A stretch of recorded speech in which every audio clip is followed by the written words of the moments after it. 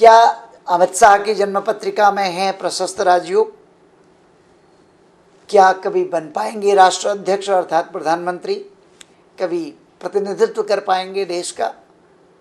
और या सहायक पद पर ही बना रहना होगा? नमस्कार, मैं डॉक्टर पूरन चंद्र पांडे यशस्वी ज्योतिष मंथन में राजयोग परिचर्चा में आप सबको आमंत्रित करता हूं।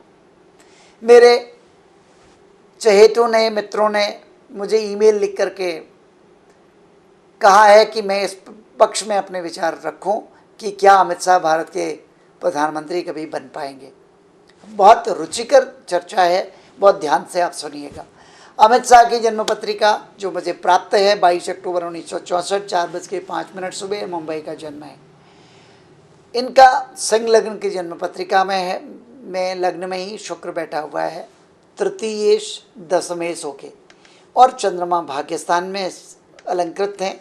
बृहस्पति 10वें घर में है, शनि की स्थिति सप्तम भाव में है। यहाँ पे गुरु भार्गव योग बन रहा है। शनि की सप्तम भाव में जो स्थिति है वो उच्च राशि में है। राहु केतु भी उच्च में है, वो भी पंचम भाव में केतु और लाभ भाव में राहु। ये बहुत अच्छी परिस्थितियाँ बन रही हैं। सूर्य नीच का है, तो पहले सूर्य की दशाएँ जब रही हैं तो प्रॉब्लम थी, स्ट्रगल था। नीचभंग राजयोग भी बन रहा है, राजयोग भी बन रहा है और प्रशस्त राजयोग भी बन रहा है।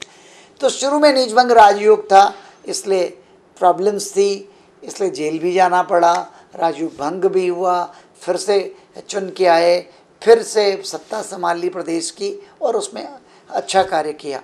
और उसके बाद समय मिला देश की सत्ता पर काबिज होने का, और बीजेपी पार्टी का प्रतिनिधित्व करते हुए आपने बहुत शानदार काम किया और कहाँ से कहाँ तक पार्टी को पहुँचाया, पूरा भगवाकरण कर दिया पूरे भारतवर्ष के नक्शे को, और सब जगह सत्ता में काबिज कराया। समय मिला तो आप होम मिनिस्टर बने और उसके बाद ये 370 जैसे बड़े पेचीदगी वाले मसले को यूँ ही आपने संभाला। और वाकई जो पत्रिका भी कहती है, ऐसे व्यक्ति दृढ़ इच्छा शक्ति वाला, निडर और अदम्य साहसी होता है। वो जो ठान लेता है वो करता है। एक तरह से अपनी जिद का धनी वो होता है, वो तानाशाह भी होता है, वो एक रिफॉर्मर भी होता है। तो इच्छा शक्ति इनकी है निसंदेह, इसीलिए अच्छी स्थिति में आए। और अभी इस समय इनको राहु की महादशा चल रही 2023 तक, इसलिए मौका मिला ये भारतवर्ष की जो राजनीति में है ये गृह मंत्री बन के आए और इन्होंने शानदार कार्य भी किए। और मैं समझता हूँ ये 2019 अगस्त तक इनकी शुक्र की अंतर्दशा चल रही थी राहु में। शुक्र केंद्र में लग्न में का बीज, राहु उच्च राशि में लाभ भाव में, वो भी वर्गोत्तम होकर के बैठा हुआ है। ऐसी परिस्थिति में ये समय बहुत अच्छा निकला। 2023 तक ये जनवरी में ख़त्म हो जाएगा राहु, देन बृहस्पति शुरू होगा। असली राजयोग लोग मानते हैं बृहस्पति की दशा में होगा, क्योंकि वो 10वें घर में है और बहुत स्ट्रांग पोजीशन में।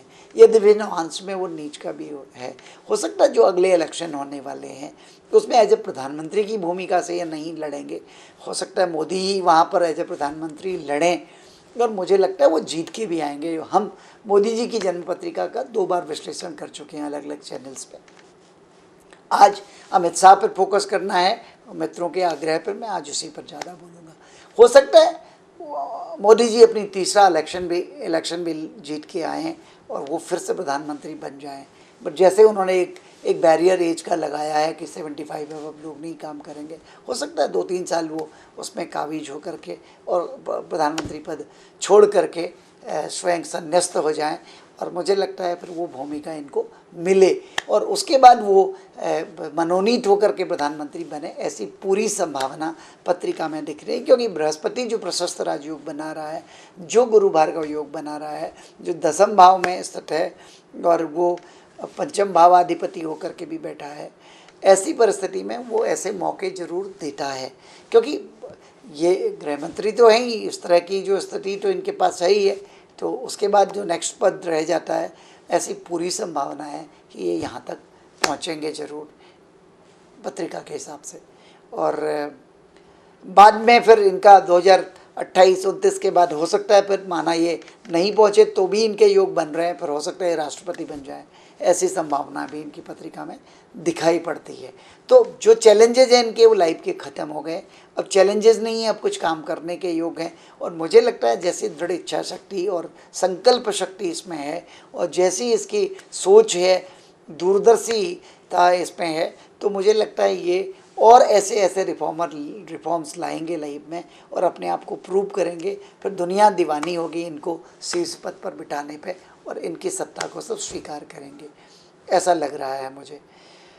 और इनका मैं जरा सा षटबल भावबल भी देख लूँ। और एक बार मैं षटबल पर चर्चा कर रहा था, तो टोटल षटबल हम देख लें तो जो सूर्य का षटबल थोड़ा कमज़ोर है, 292 है, और इसका जो रूपाबल है वो भी कम है, 4.87, जो 5 से कम है। बाकी चंद्र, मंगल, बुध, बृहस्पति, शुक्र, शनि, इनका बहुत शानदार षटबल है। और इसमें भी जो बृहस्पति का षटबल की जब बात कर रहे हैं 458 है और रूपाबल 6.5 होना चाहिए, 7.64 है, जो कि बहुत हाईएस्ट है और बहुत अच्छी स्थिति में है। तो निस्संदेह ये जो दिख रहा है कि बृहस्पति की दशा आने वाली है वो लाइफ में कुछ इनको देके जाएगी, ऐसा लग रहा है। और इनका मैं टोटल षटबल देखूं तो लग्न को 33 पॉइंट मिलते हैं जो सर्वाष्टक सारणी है, 10वें घर को 32 मिलते हैं और पंचम भाव को 30 मिलते हैं। तीनों त्रिकोण अगर हम देखें बहुत शानदार है, ठीक है। उसके अलावा हम इनका एक बार बृहस्पति का इंडिविजुअल भी हम देख लें।